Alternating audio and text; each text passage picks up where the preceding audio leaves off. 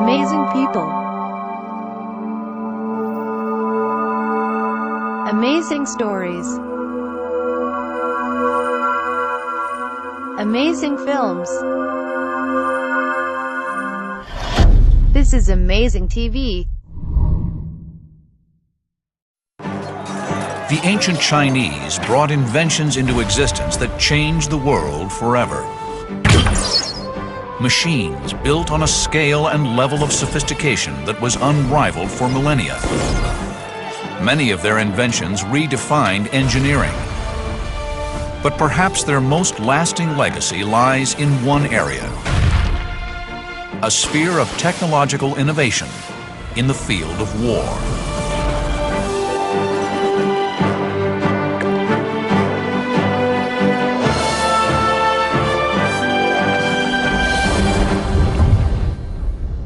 At over 6,000 years old, China is one of the planet's most ancient civilizations, and today boasts the largest army in the world.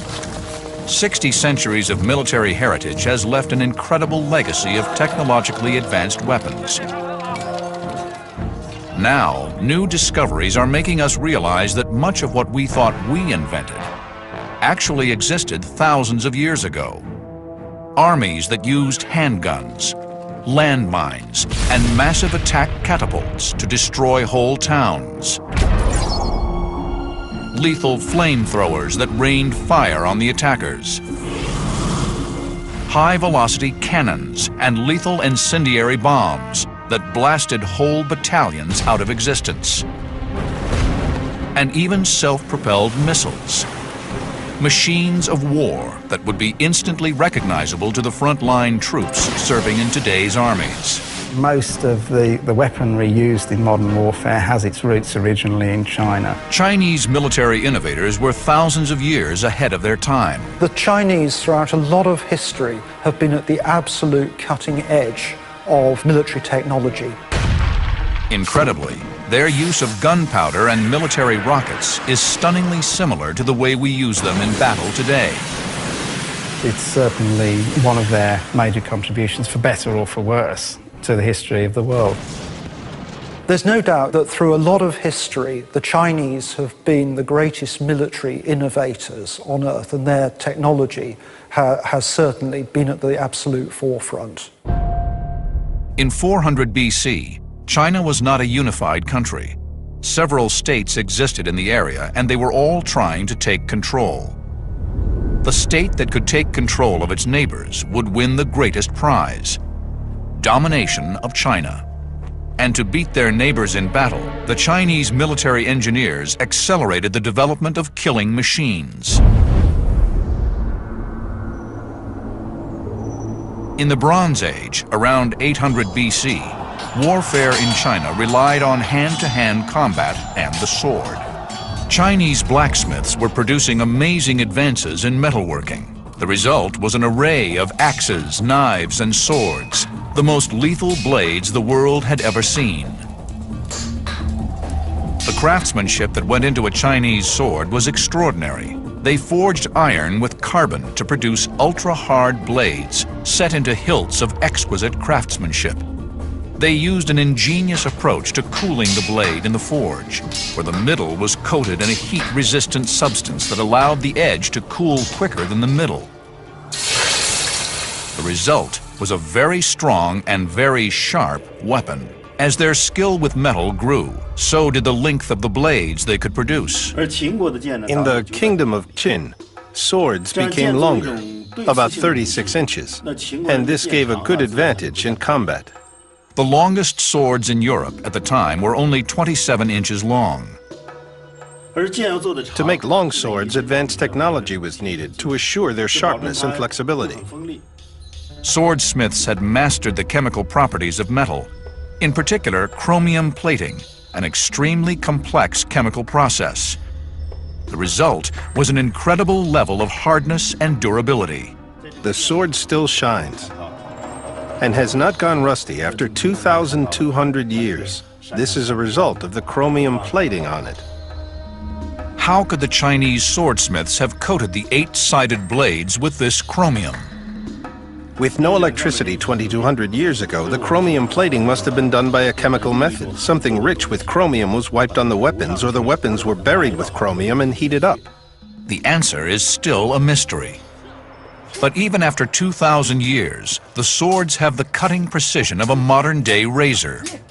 At point-blank range, a trained swordsman could deliver the point of the sword into an enemy with a force of 3,000 pounds, enough to drive through armor, flesh, and bone. Each sword has 8 surfaces, and every line on each surface is beautifully crafted. The most important thing is that the blades are really sharp. This is actually as sharp as a razor. At the Tangxi sword factory in Qiping, modern craftsmen are still creating these exquisite weapons in the same way they were crafted 2 millennia ago. The iron is forged in furnaces heated to 1130 degrees, just using air and charcoal. The sword is then pounded with a heavy hammer. This flattens the sword into a very thin blade and also hardens the metal. This process, known as tempering, is repeated time and time again. At each stage, the sword becoming harder, thinner, and more deadly. Attention is paid to the smallest details on the beautiful hilts, and the result is an exquisite creation, part work of art, part deadly weapon. But were there even longer blades wielded in ancient China? Dr. Tom Richardson is curator at the Royal Armouries in Leeds, England. The armories boast one of the largest collections of rare military hardware on the planet. Here lies one of the most unique weapons of the ancient world, a dagger axe. It was called the Ge. This beautifully engineered, pointed, bladed weapon was originally fastened onto a 10-foot staff. The dagger axe inflicted massive punishment over 2,500 years ago. Today, only the bronze blade itself remains. The fluke at the back of the blade passes through the haft, and the slots here on the back of the blade are intended to bind the blade onto the haft. The weapon's precision design ensured that the blade could be used to maximum effect in hand-to-hand combat. Each blow would deliver a force of 6,000 pounds. To be on the receiving end of just one thrust would have been agonizing. They're swung on very long hafts, and you can imagine the concussive impact of one of these blades swung on the end of a long pole. By 1000 AD, China was over 1,000 years old and had consolidated her military might. Her engineers and blacksmiths were becoming expert at creating deadly weapons. But it was the chemists and alchemists who stumbled across a mixture that would completely rewrite the history books and redefine the art of war like nothing before or since. The art of warfare would be unrecognizable today were it not for a 1,000-year-old Chinese invention. The first we hear about gunpowder in ancient China is actually from philosophical Taoist tracts. These were scientists looking for elixirs of immortality, and what they found was in fact the exact opposite. The art of warfare was changed forever. The introduction of gunpowder was the first time that any kind of energy other than human muscle had been applied to warfare. Until that time, everything had to be done by either human or animal muscle. Gunpowder harnessed chemical energy, which could be released over a very short period of time, and gave that enormous power into the hands of the military. The first place that happened was China. But how is this world-changing substance made? It turns out to be a fairly simple recipe. John Naylor is an expert in the history of military hardware. The basis of gunpowder and any sort of explosive is a fuel. In this case, the fuel is charcoal. We need to powder it, grind it down. In fact, it often works best to have a mixture of coarse and fine powdered charcoal. Powdered charcoal is mixed with 2 other common chemicals in precise proportions. Mixed together and ground very carefully, you end up with your black powder. The bowl and spoon John is using are made of pure silver, John cannot risk using steel or any other metals that can spark when banged together. The reason is obvious. The three of them combined, mixed together, turn innocuous chemicals into the driving force of warfare for nearly 1,000 years. Having stumbled upon the ultimate ingredient for weapons of war, China realized its potential and launched large-scale production. The first evidence of industrial production of gunpowder in China is dated to 1040 AD, and initially not for use as an explosive, but rather as a fire-producing compound. Gunpowder has different properties depending on the exact proportion of its ingredients, and early varieties of gunpowder didn't explode, but they simply burnt at varying speeds. So that the most useful application at that date was either as an incendiary thrown from a catapult inside a soft paper casing that would burst into flames on impact, or a match which would continue to burn quite slowly for several hours and could be held in front of a stream of inflammable oil. With the right mix of gunpowder, military engineers developed a sparky fuse that would lead to the emergence of a new and terrifying weapon: the flamethrower. When the flamethrower was first used by the Germans in the First World War, it came as a terrible surprise to the Allies and was regarded as a particularly horrific example of the way that modern warfare was going. I think it would have been a surprise to anyone at the time to realise that flamethrowers had been in use for nearly 1,000 years in China. Throwing or projecting fire was not a new tactic in warfare. Greek fire had been in use for several hundred years before that, but the Chinese advance on this was to produce a continuous stream of flammable liquid. This ancient flamethrower was among the first to utilize liquid fuel. This flamethrower is from the Song dynasty. It was made to use gasoline, which had been used in China very early on. The liquid properties of gasoline meant it could be sprayed out of a nozzle. This was then ignited at the muzzle by a piece of slow match impregnated with gunpowder. So this was not only the first continuous action flamethrower, but it was also the first known use of gunpowder in military technology. In a remote location, somewhere in rural England, we are about to test a replica of this ancient weapon. Richard Windley is an ancient technology expert who is intrigued by the design of the gunpowder fuse. Certainly the ignition details we have for the flamethrower from the original text indicate that it was some kind of very slow burning but sparky fuse which gave plenty of sparks but burned relatively slowly. It'd be no good having a fuse that burned quickly because it would just burn away and there wouldn't be enough ignition there for the thing to keep up a continuous stream. But what flammable agent would the ancient Chinese pyro commandos have used in their weapons? We think that what they were using was something similar to gasoline or kerosene. So what I'm actually using in this device is a mixture of the two.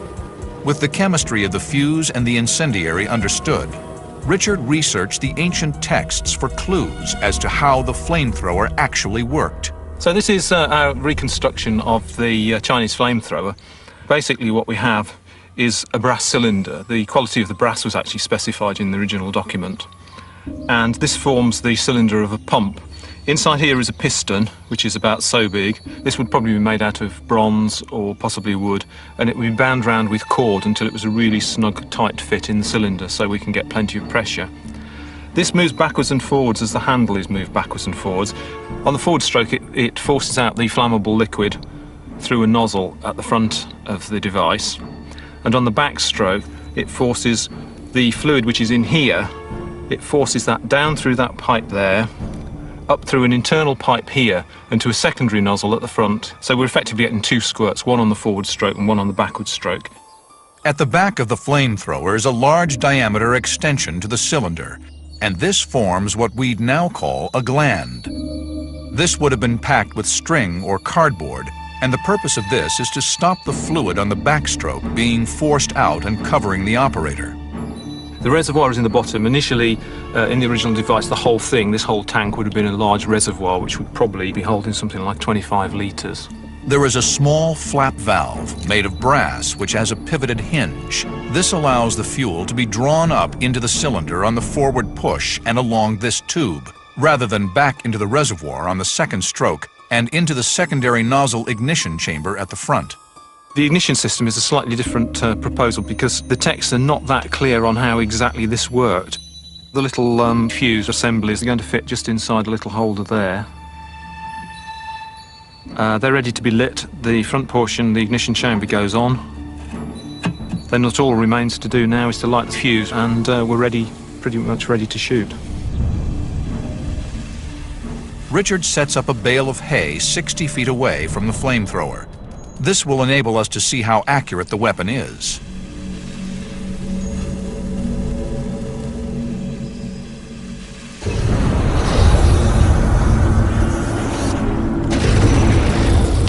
The flamethrower fires burning gasoline over 60 feet and instantly incinerates the target Richard has set up. A devastating weapon of war.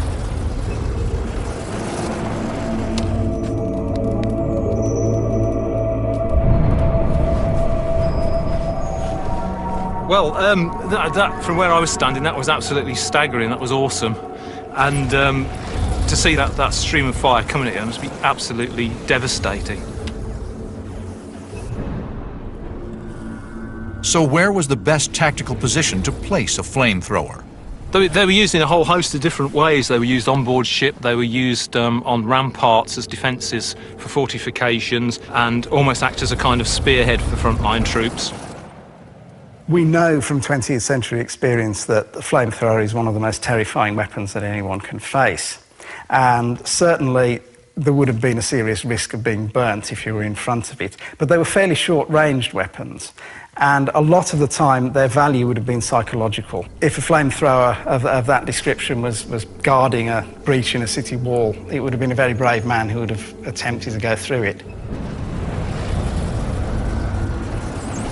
But many military objectives are further away than 60 feet. There is amazing evidence that the Chinese designed and built weapons that could fire devastating projectiles over a mile. Before the advent of gunpowder in China in 1000 AD changed the art of warfare, the Chinese had long been shooting projectiles across battle lines, using the crossbow. But there is intriguing evidence that the Chinese military engineers took crossbow technology to its ultimate limit.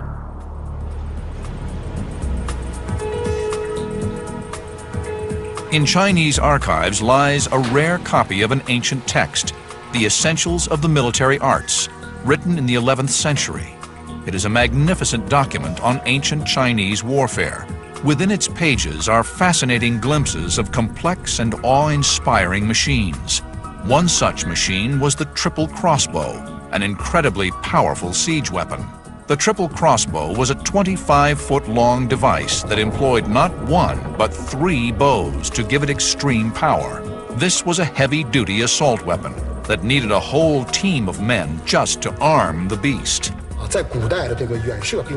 This is the largest long-range weapon. The original model would be twice as big, twice as long as this model. Mostly it's used to defend, but it could certainly be used for attack. It has fierce power from these triple bows. It would take 10 soldiers or more to turn the axle and to load the string on the trigger. But what kind of ordnance could this monster unleash? The arrows for the siege crossbow were huge. They were made from iron and could fly as far as a mile. These 10-foot full metal jacket-tipped missiles would have smashed through anything they met.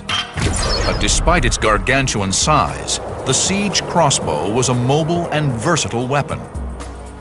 The giant siege weapon was mounted on a pivot and axle, allowing it to be targeted quickly and with precision.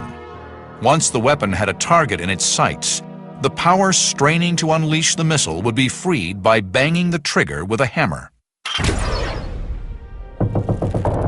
The ability to threaten a town with a single weapon provoked a rush to develop countermeasures and defenses within Chinese city walls. And where the defenders built higher and wider, the aggressors built taller and stronger. Perhaps the most effective of the ancient Chinese siege attack weapons was the whirlwind catapult. Acting like a heavy-duty sniper rifle, the whirlwind could release a projectile with pinpoint accuracy at any part of the town wall or its inhabitants. Western siege catapults of the time worked by pulling down a massive weight, loading the projectile, and then releasing the weight. The whirlwind was different. There was no weight. Instead, a squad of 10 men would pull down on the short end of the lever, hurling the 120-pound ball up to a quarter of a mile. This meant that the whirlwind was a very light and mobile multiple-use weapon and could be deployed anywhere around a siege or even in open battle. But there's more. Western catapults needed a solid frame to support the great weight. The elite whirlwind catapult was supported by just a single pole. This gave it another advantage. The advantage of the whirlwind catapult was the mobility and flexibility that it provided, in contrast to the larger siege engines, which were basically static. A whirlwind catapult could be mounted on a tower or a city wall and used to command a very wide arc of fire, or alternatively, on the battlefield, it could be rushed quickly to any place where massed firepower was required. In ancient texts, there are accounts of whirlwinds forming parts of batteries of thousands of catapults, which could lay devastation to entire cities within hours. But the purpose of a siege was not always to obliterate the enemy town. Often the objective was to overrun the city with infantry. There is evidence in the texts of large assault machines known as cloud bridges. Their name might sound peaceful, but their purpose was anything but. This 10% scaled-down model is one that incorporates an extendable ladder. The ancient Chinese invented this siege machine with the name cloud bridge, meaning very tall bridge. It has wheels and it could be pushed forward until it reached the wall. Soldiers could safely hide inside the machine until the wall was reached. Stepping on this ladder, the city walls could be climbed onto. You can imagine in a battle scores of cloud bridges being pushed forward and hundreds or thousands of soldiers climbing the ladders. Cloud bridges were really powerful in ancient wars. And some of the cloud bridges were truly massive, driven by teams of oxen. The main point of this type of machine is to get attacking troops on top of the city wall. So it was obviously important, as the height of walls increased, that the height of the machines was increased to match them. But no weapon of war is invincible. The normal way of attacking this kind of wooden siege engine was obviously to set it on fire. This could be done simply by throwing burning materials at it, or in a later period by the use of burning oil or flamethrowers. So the logical counter was to cover the machine with uncured hides, which would be very difficult to burn, keep them soaked with water, and in that way armour them and the people inside against missiles at the same time as you make them fireproof. And if the attackers breached the city walls, there were lethal defenses waiting for them. The ancient world's equivalent of razor wire. This battle machine is called a San Yuan knife cart. It's a two-wheeled cart installed with knives. Its major function is in the eventuality that the gates failed to hold or the city walls were breached. It would be rolled into place to block up streets and defend them. The knife cart was as effective as razor wire, with one improvement. It was mobile and could be deployed wherever the defender's need was greatest. But just like razor wire, it could fit any gap. In the ancient wars, a practical cart was built according to the size of gates or width of streets. I think it would be twice the size of this, at least. But not all heavy military hardware was used in urban conflict. At first sight, it might look like it was designed to scale city walls, But this machine had a more intriguing purpose. This is a military machine used in ancient Chinese warfare with the name nest cart. It is actually a small house that can be lifted up and down to scout. In the middle area of China, the lands are mainly flat, which makes it difficult to see far on the enemy's side. With this device, we could see the enemy's situation from high. Military satellites fill the tactical role of the nest cart in modern warfare. However, there are ancient Chinese weapons that were developed nearly a millennium ago, whose basic technology is little changed from that used by our armed services today. The Chinese innovated the greatest revolution in warfare technology the world has ever seen: the gun.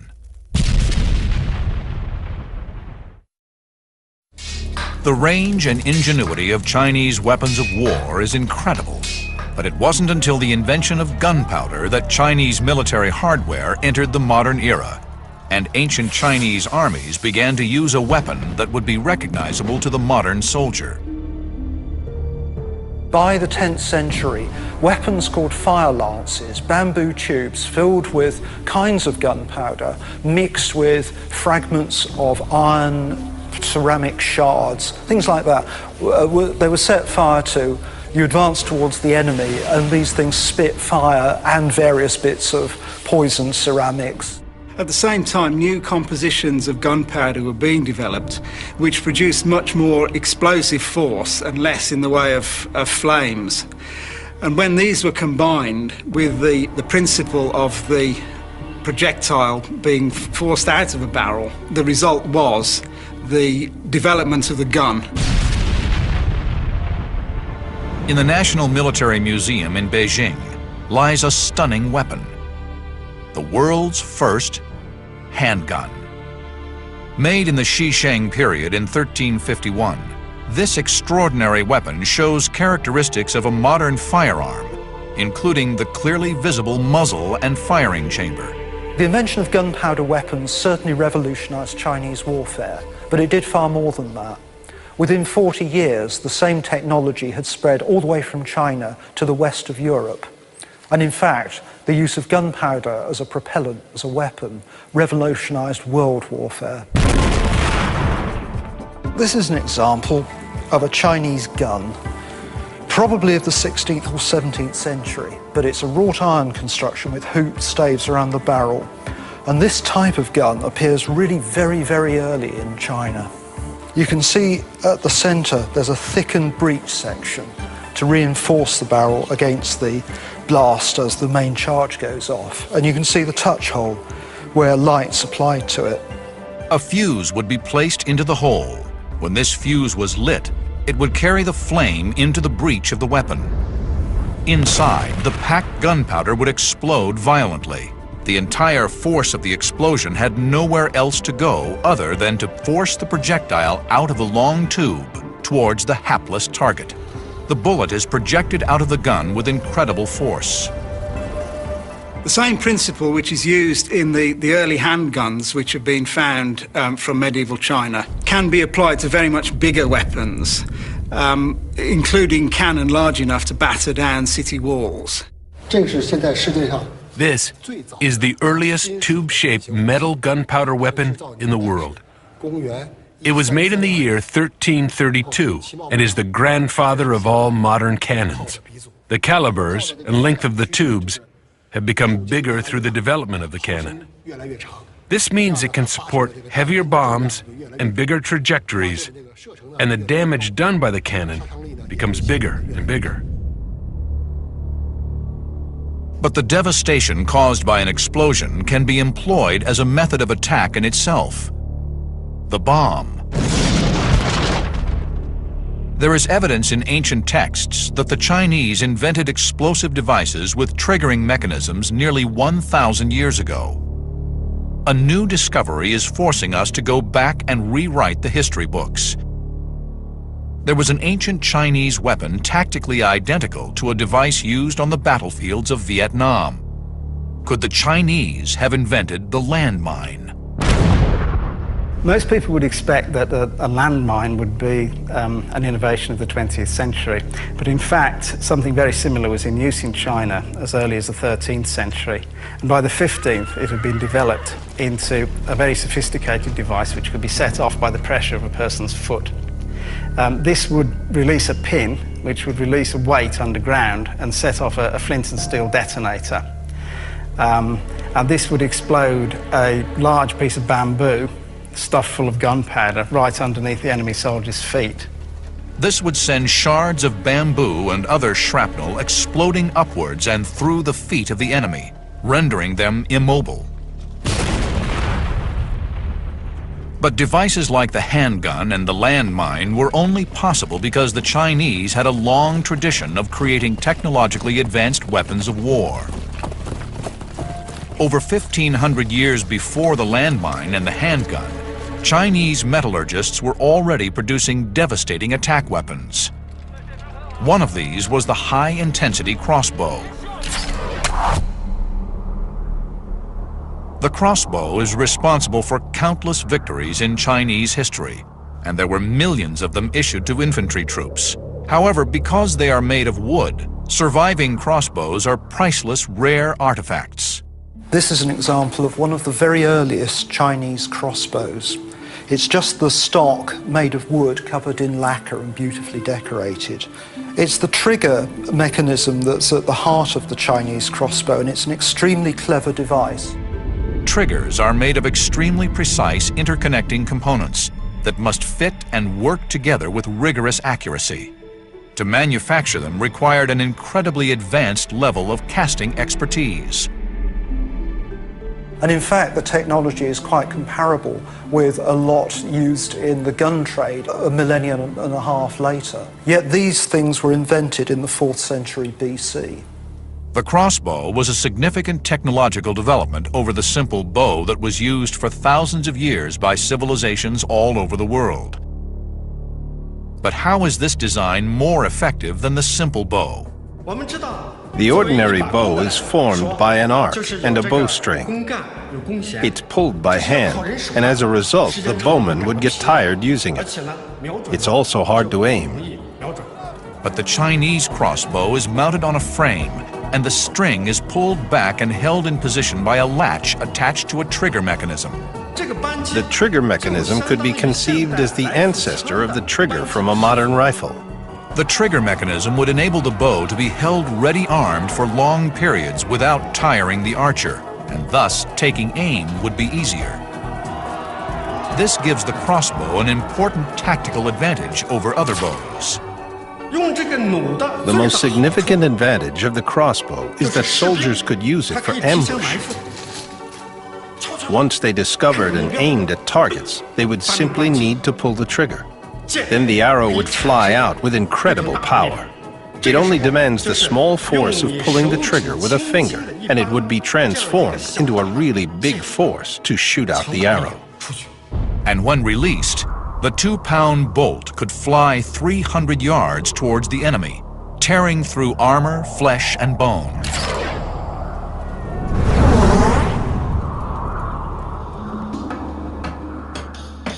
Crossbow technology and the skill of crafting these elegant assault weapons has not been lost.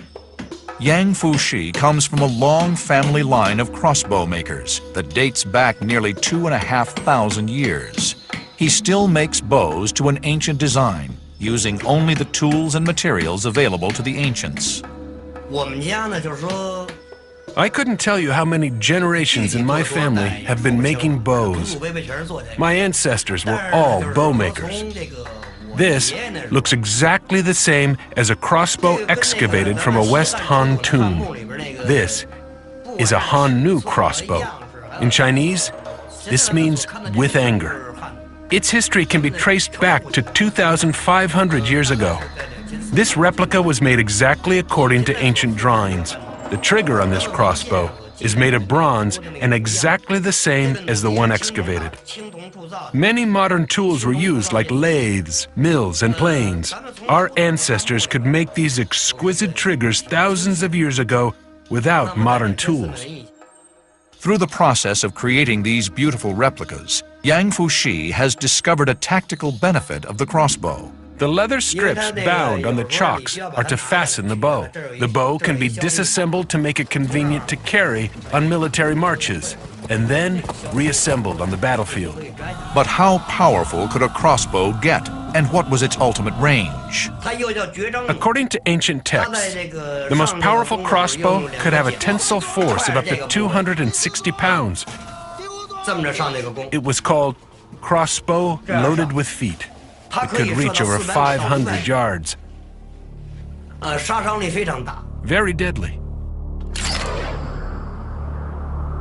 This devastatingly lethal attack weapon could fire 20-inch bolts at the enemy, with a force equivalent to being hit in the chest with a modern .357 bullet. But the Chinese military were continuously developing and refining their arsenals. By 200 AD, they had taken the crossbow to a new lethal level. Centuries before the gun, while the rest of the world relied on the simple bow, the Chinese developed the world's first repeating shooting weapon, the repeating crossbow. It is the ancient world's machine gun. Here on top we've got a magazine that holds these bolts, slotting down into there like that. Holding this lever, working the action, the whole magazine comes forward. The string slips into that notch, so it can then be drawn back. It's also holding down a little peg, so that when the magazine is steady on the stock, pushes the peg, wallop, shoots the projectile down at the enemy. And as fast as you can work the action, that's how fast you can shoot. With 100 men to a company, 10 companies to a regiment, each with 1,000 crossbows, this meant that 6,000 or 7,000 bolts would have been tearing across the battlefield at once, instantly cutting down everything in their path. Incredibly, this murderous kill rate would not be seen again until World War I, over 1,500 years later. Now, the beauty of this weapon is it's idiot-proof. You don't need to be a trained soldier to use it. It gives the rate of fire that a trained archer can put out, but without all the hardship of learning to do it. It was common at the time for Chinese emperors to have retained armies. This meant that farmers who usually worked the lands of the empire could be called upon to take up arms in defense of their realm. The repeating crossbow was an ideal weapon to issue to an untrained soldier. Thousands of these weapons unleashed onto the battlefield would put doubt in the minds of any attacking force. Firing at a rate of 1 lethal bolt per second, the repeating crossbow was a unique development. An innovation that, incredibly, preceded the automated weapons of the 20th century by more than 15 centuries. Although a single bolt from a repeating crossbow would not cause enormous impact, the effect of thousands of them coming at once would have been devastating, especially if we consider that the tips would have been poisoned. A single scratch would have taken out an enemy soldier. But it wasn't until they unleashed the chemical energy in gunpowder that the Chinese brought the firing of missiles across the battlefield into the modern era. By the 11th century AD, the Chinese were starting to project missiles in a way that would be recognizable to a modern military engineer in the gunpowder-fueled rocket. Gunpowder was first used for military purposes in China around 1000 AD. Its initial use in warfare was to create fuses for flamethrowers, but the flamethrower's range is limited by how far the machine can pump the flammable fluid. However, the Chinese had been using the explosive power of gunpowder in fireworks for entertainment. They also had hundreds of years' experience of unleashing projectiles at an enemy. It was just a matter of time before they discovered you could combine these two skills. An intriguing discovery by underwater archaeologists off the coast of Japan has uncovered evidence of what are believed to be China's earliest known exploding gunpowder-based projectiles. The researchers found something stunning: 2 intact and 4 partial bombs, encased in a dense ceramic shell. When the scientists X-rayed 2 of the intact bombs, they discovered that one was filled with gunpowder, and the other not only contained gunpowder, but dozens of pieces of iron shrapnel.